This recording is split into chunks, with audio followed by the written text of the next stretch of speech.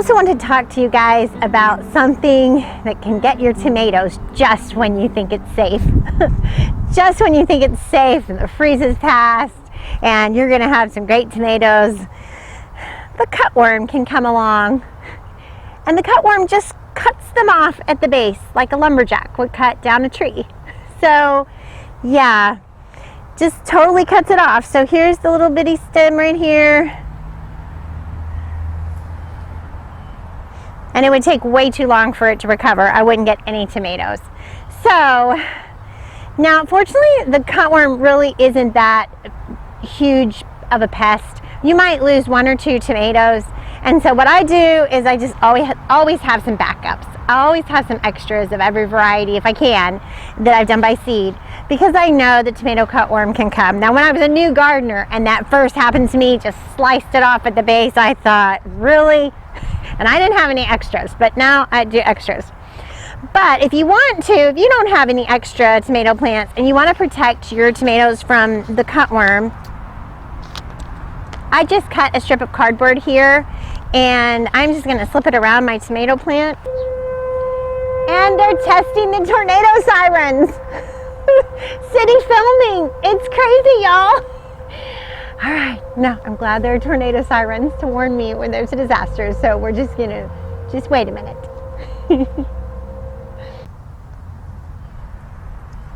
Pinch those lower stems off.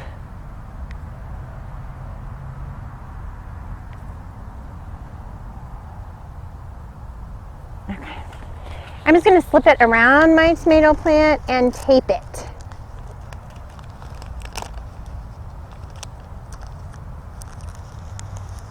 And I'm going to nestle it down in soil. Hopefully it stays together. There we go. All right, and then the other thing I'm going to do is I'm going to get some cornmeal. I'm just going to sprinkle it around, all around the tomato plant, because if the cutworm eats this, then it will be its demise.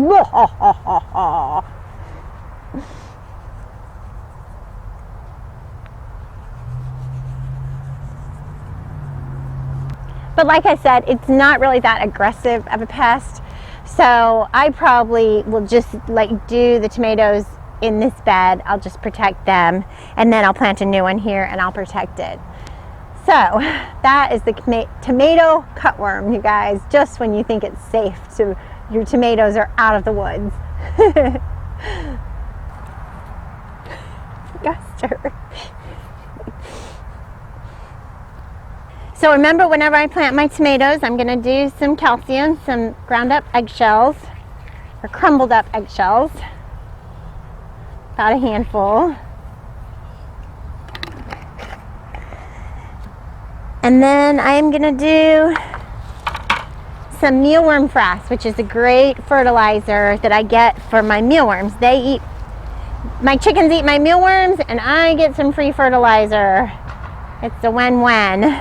I'll link up to a video about how to raise mealworms if you want to check that out and get your own free fertilizer and insects for your chickens. And then I'm going to kind of mix it around there. I want to plant my tomato really deep.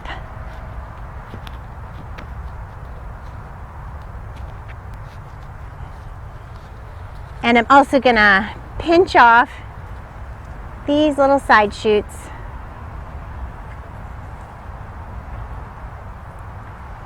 Because I want to plant it deep, because hopefully it will get roots all along the stem and help my tomato be strong.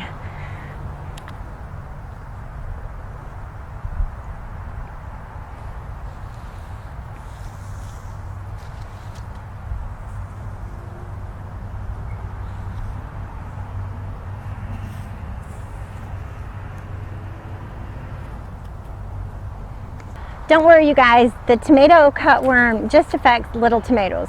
Once the stem gets strong enough, the tomato gets big enough, the tomato cutworm doesn't bother them. It couldn't get through them if it wanted to. So it's just the little ones, just when they're first put out. So pretty soon, I mean a week or two, we won't have to worry about him anymore. So that's good.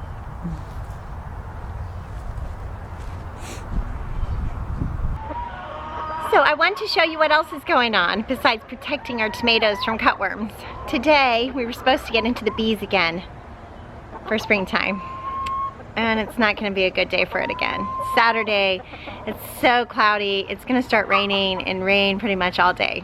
So, I'm not going to get into the bees today. We'll have to wait for next Saturday and pray, you guys. Pray that it's nice weather so we can get into these bees. I'm a little bit concerned because I couldn't get into them in the fall. Well, I did get into them to check for honey stores to make sure they could get through the winter, to check and see that everything was okay, to kind of gauge whether I would need to feed them or not during the winter. And everything was cross-combed, and that means instead of building the comb on those straight bars that I've given them, they were crossed this way across the bars. So that means if I try to pull out any of those frames to check for honey storage, etc., then it would break all of that comb.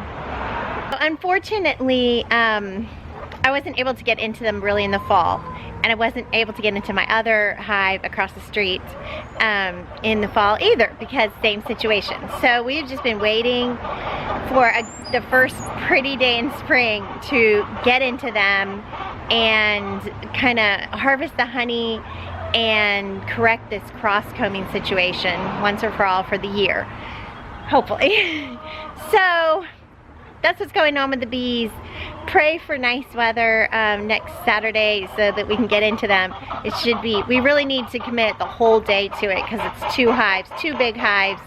It's gonna be a lot of work. It's gonna be messy and sticky and fun. They're out a little bit today, but probably not for long because it's gonna start raining. Hi girls. Can't wait to see my bees. Beekeeping season has started.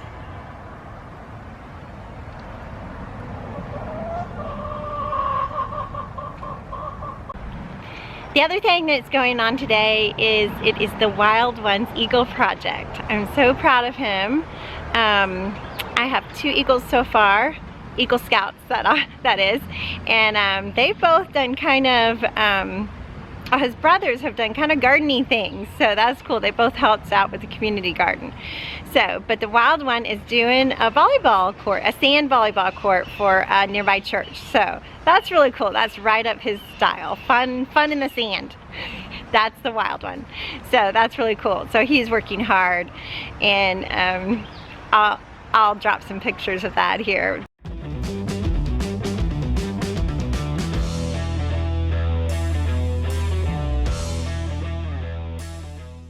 So this morning I was watching on YouTube how Roots and Refuge and a lot of other homesteads are going out to a shindig.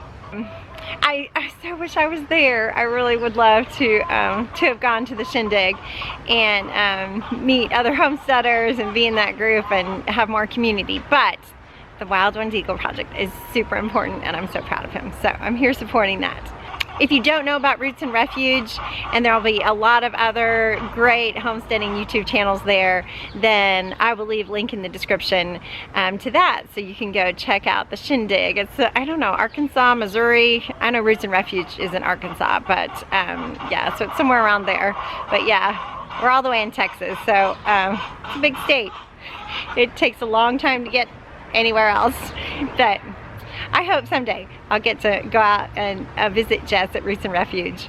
So, alright you guys, that is what's going on in the homestead this morning. Can't wait to crack into those bees, and just so excited that spring is here. No more cutworms. The tomatoes are doing great. And this coming week we'll be planting out the whole garden. Don't see a freeze coming in the forecast, so warm season crops are going in. So exciting. Can't wait.